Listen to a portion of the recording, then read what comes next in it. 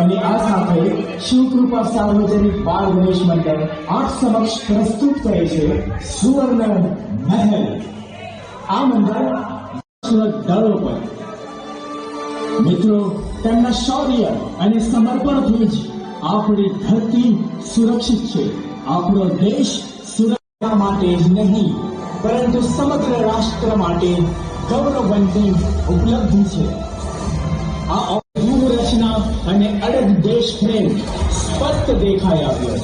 તેમણે કરી બતાવ્યું કે આપણું ભારત અમે અહીં રજૂ કરીએ છીએ ઓપરેશન સિંદૂરના વાસ્તવિક દ્રશ્ય.